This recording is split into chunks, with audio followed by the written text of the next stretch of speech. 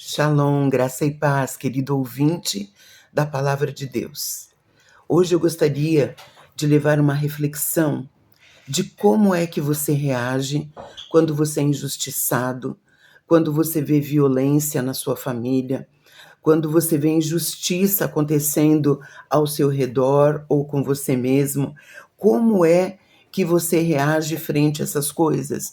Frente a um quadro de doença grave, frente a algo que você não tinha ideia nem pensava enfrentar. E para fazer essa meditação hoje, eu escolhi o profeta Abacuque. São 3 capítulos do Velho Testamento, onde no primeiro capítulo você vê esse homem, esse profeta, levando para Deus a sua indignação. E ele rasga o coração. Ele fala o quanto ele está inconformado, o quanto ele está esperando Deus agir. Ele está indignado, ele fala: Senhor, até quando? Até quando eu vou clamar e o Senhor não vai responder? Até quando eu vou dizer violência? Até quando eu vou dizer que o mal está ao meu redor e nada acontece? Parece que o Senhor está inoperante. E aí no capítulo 2, Deus responde para ele e conduz ele à perspectiva de Deus. E conduz ele dizendo: olha, isso não vai ficar assim, isso vai ter uma mudança, isso vai mudar, isso não vai ser assim para frente. E quando então ele consegue entender como Deus está vendo a situação e o tempo que Deus está dando para tudo aquilo acontecer, então no capítulo 3 você vai ver uma oração maravilhosa dele, dizendo o quanto ele entendia agora como Deus estava fazendo, como Deus estava agindo. E é lindo ver isso. A partir do versículo 17, Abacuque 3,17, você vai ver: ainda que a figueira não floresça, ainda que a videira não dê o seu fruto, ainda que a oliveira minta, parece que vai dar algum resultado, e não dá. Os campos não dão fruto, os currais estão sem gado, sem ovelha.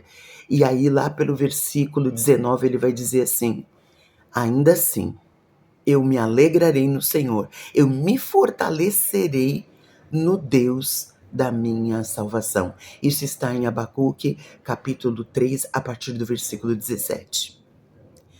Então isso me chamou a atenção. Como é que eu reajo diante daquilo que eu acho injusto, daquilo que eu vejo que Deus aparentemente está inoperante? E ele dá uma resposta, ele fala assim: então eu vou me alegrar. Eita, como se alegrar? Como se alegrar quando você vê injustiça? Como se alegrar quando você vê que as coisas não estão bem? Como se alegrar quando parece que Deus está inoperante? E aí ele fala: eu vou me fortalecer no Deus da minha salvação. Então é isso que nós temos que fazer.